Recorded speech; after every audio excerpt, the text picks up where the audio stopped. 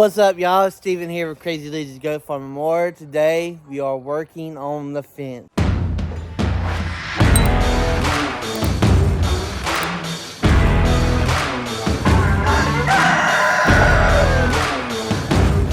So y'all don't know, the other day we went and bought some cow panels, 16 length and 4x4 feet tall. So today we are out here in the small pig / goat pen, depending on what we use it at the time of the year. And we are going to replace this old fence. So this fence has actually been up for probably about 5-6 years. The pole's been in for longer than that, for about probably 10 years or more. So can't just replace the fence, I gotta replace the poles. As you see, the poles are starting to rot. And that's due to start rotting because they're in the ground, they're sucking up moisture, and they're made out of wood. Even though they may be treated or not, they're going to start rotting eventually because they're sucking up moisture, and that's going to make your wood rot. But they tend to have more strength than the metal poles and able to hold more torque of the fence. So that's why we use wood poles. So I like to mix it up and put some wood poles and put some metal poles, T-poles. That way you have the both of both worlds. So y'all come along with me as we start working on this fence. I already got a little early start. I couldn't record earlier because it was a little too dark for me to start recording. But I've been pulling out the fence staples out. And I've been working on that corner post. The corner post, the wires are starting to rot and decay because, again, it's been up for years. And I just sort of clipped it, and I'm going to take that off eventually here in a little bit.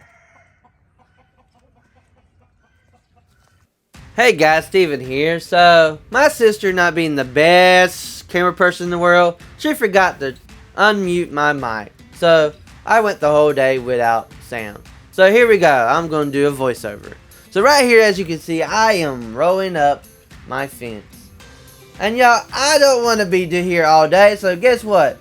I'm about to speed this up. Here we go. You know what? I wish I could work this fast in real life, but I can't. Now, as you can see, I'm pulling out some of the old staples. Y'all, these poles were so rotten in some spots that these staples just came out like butter. And then other places, they didn't want to come out like a hair in a biscuit. But you know what? You got to do what you can. You got to put all your strength into it, and eventually it come out. So here I'm putting in T-post. So y'all, when you put in a T-post, make sure the teeth are pointed towards the fence so the animals can't pick the fence up, and it gives it more support. And I'm going to go a little further than you're supposed to because our ground tends to be just a little softer. That looks good to me. So let's go on.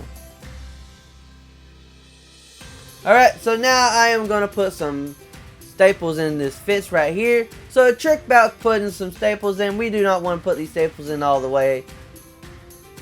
At first, we want to tap it in. Go a little far. Make sure you hold the fence down when you're doing this. Make sure your fence is on the ground because we don't want some unlevel fences. And now again, hold it down. Go to the bottom. Again, do not drive this all the way in because you might want to slide or move your fence. Now you want to overlap the pole just a little so their fence are overlapping in the future. That just gives it more support, and it just helps the fence to be stronger.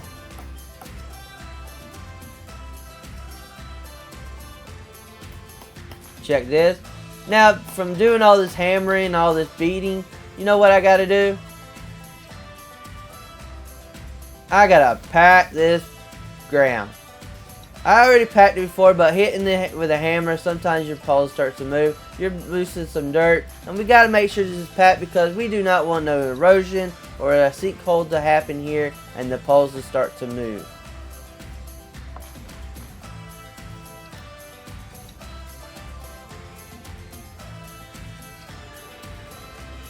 That looks good. Check to see if your poles don't move. And y'all, we're off to the next thing. Putting the concrete in the ground. So I am using concrete, but before I put this concrete down, I did use some pebbles in the bottom. That way the moisture and the water can soak out. Another good tip is on the end of your poles that's in the ground, you can take some paint to put on it to keep them and last longer, or you can use tar. So we're gonna pat this down. We're gonna scoop it in, sorry. And then we're gonna pack it down here in just a moment. Now, some people like to go ahead and spray water in it so the formula starts to happen. But y'all, I'm just gonna let nature take its place. Either way, it's gonna get hard, and it's not much different. Now let's go to the next pole.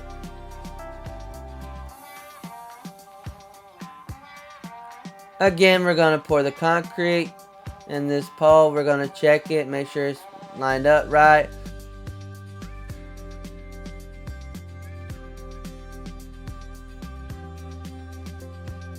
So a tip, y'all, always make sure you're wearing a mask when you're doing concrete.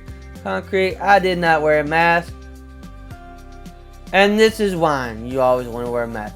So the next day I woke up, my sinus was in flames, and I was coughing up junk. So y'all always make sure you wear a mask. Take a water break. But we can't take long water breaks here on Crazy Lizzy Goat Farm More. We got stuff to get done. Pack this down, make sure it looks good. And then we're off to the next pole.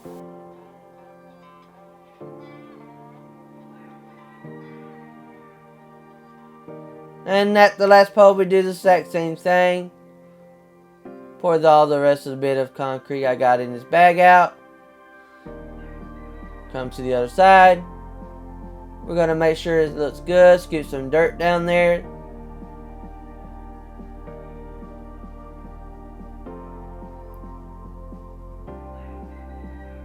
And now we're putting in our last few staples. So a trick with the staples, you want to find staples that are straight, because sometimes you get some staples and their teeth be going there all other directions. Those suckers are hard to put in.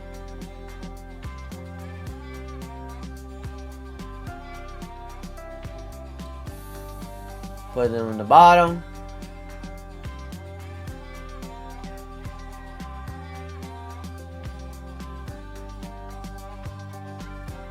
Put them in there. And y'all, this is going to be the end of the video. So y'all, I hope you like this video. I hope you found it helpful. So y'all, don't forget to hit the like button. Don't forget to subscribe. Y'all hit that annoying bell. Leave a comment below to let us know what you thought about this video. And if it was helpful to y'all. And y'all, and as always, until next time, bye ya!